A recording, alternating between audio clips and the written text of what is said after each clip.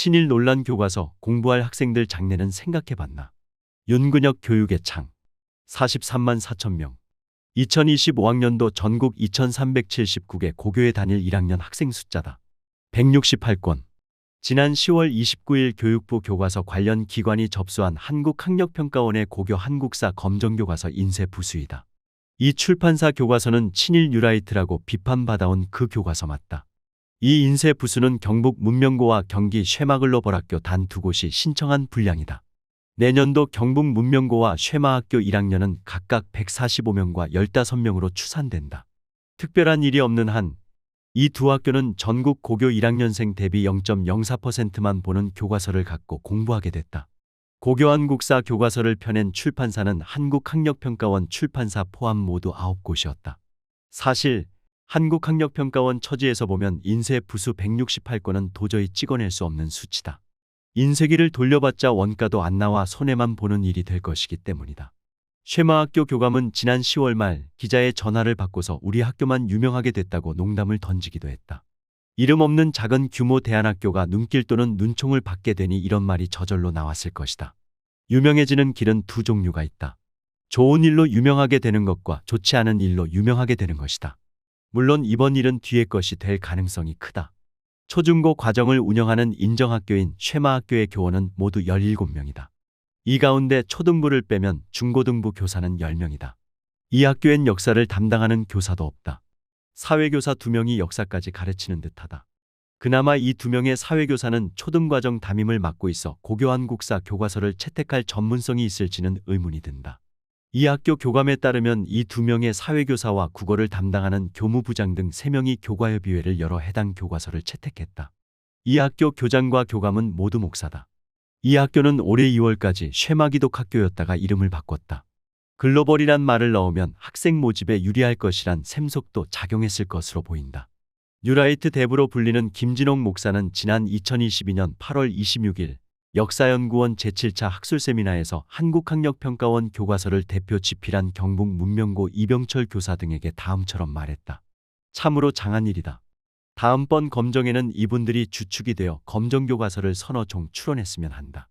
이 세미나 발제에서 한 역사 교사는 지난 교학사 한국사 교과서 실패 사례에서 얻을 수 있는 교훈 중에 하나는 얻어맞을 수 있는 표적이 하나였다는 것이라면서 기독교계 대한학교용 한국근현대사 교과서에서 바른 뜻을 마음껏 펼치고 다음 단계로 그 순한 맛의 검정교과서를 내놓는 것이 맞는 순서라고 제안한 바 있다. 이 발언은 2022년 역사교육과정에 맞춘 검정교과서 출원 관련 자신들의 전략 전술을 제시한 것으로 해석됐다. 이런 기독교계 대한학교가 바로 쉐마학교인 것이다. 문제는 학생과 학부모다. 이들에게 물어는 봤나. 친일 뉴라이트 논란이 있는 교과서로 학생들을 가르쳐도 되느냐는 것을. 물론 물어보지 않았다는 사실이 금방 들통났다. 학부모가 참여하는 학교 운영위를 열지 않고 교과서를 채택, 신청한 사실이 드러났기 때문이다. 문명고도 학생과 학부모에게 제대로 알리지 않은 것은 마찬가지다. 이 학교 홈페이지 어디를 살펴봐도 교과서 채택을 위한 학교 운영위 개최 사실을 알리는 공지문이 없다. 현행 초중등교육법 시행령 제59조의 2항은 다음처럼 규정하고 있다. 학교 운영위를 소집하려면 회의 일시, 장소 및 안건을 정하여 회의 개최 7일 전까지 각 위원에게 알리고 회의 개최 전까지 학교 홈페이지에 공개하여야 한다. 이런 규정은 학생과 학부모가 회의 안건을 미리 알고 의견을 내도록 하기 위한 것이다. 그런데 문명고는 회의 사전 공개 법령을 위반한 것으로 보인다. 학생과 학부모의 의견은 안중에도 없는 것일까? 문명고는 교육계에선 제법 유명한 곳이다. 물론 좋지 않은 일로 유명한 게 탈이다. 2017년 2월 박근혜 국정교과서란 별칭을 가진 고교 한국사 국정교과서를 전국에서 유일하게 채택했던 곳이 바로 이 학교다. 당시 교사, 학생, 학부모들이 들고 일어나 연초부터 큰 혼란에 휩싸였다. 결국 문재인 대통령이 들어서고 같은 해 5월 첫 업무 지시로 국정교과서 제도 자체를 폐지하자 없던 일이 되어버렸다. 이 와중에 이 학교 홍택정 이사장은 김태동 당시 교장 등과 함께 지난 2020년 문명고 역사 지키기 77일 백서를 내기도 했다. 이 책은 서문에서 다음처럼 시작한다. 문재인 정권은 정치 논리로 국정역 사교과서를 폐기했고 8종의 검정역 사교과서를 다시 발행해 2020년 학기부터 이 책을 학교마다 선택적으로 사용하도록 제도화했다. 그 책들은 정권의 홍보물에 불과하고 선거를 앞두고 투표권이 주어지는 고3에게 세뇌를 목적으로 전략 전술의 매체로 활용하려고 했으며 이념적으로 편향돼 교과서로서 균형감을 잃고 있다. 정말 그런가? 고교 과정에서 국정교과서를 내는 곳은 북한 등 일부 사회주의 국가와 아프리카 몇몇 국가뿐인 사실을 이들은 알고 이런 소리를 한 것일까? 이들 국정교과서를 내는 국가들이야말로 세뇌가 목적일 수 있다. 하지만 여러 출판사가 공정 경쟁하는 검정교과서를 세뇌용이라고 표현하는 것은 엉뚱한 소리다.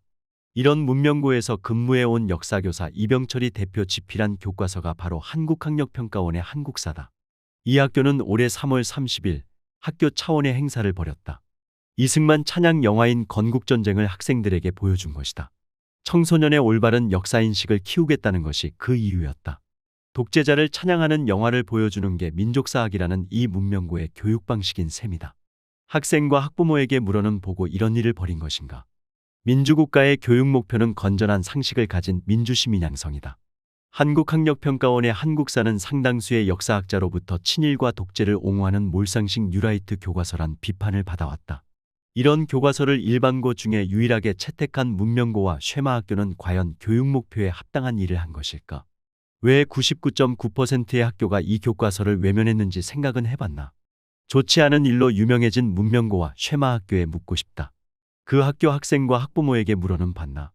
그 교과서를 갖고 공부해야 할 학생들의 처지에 대해 생각은 해봤나?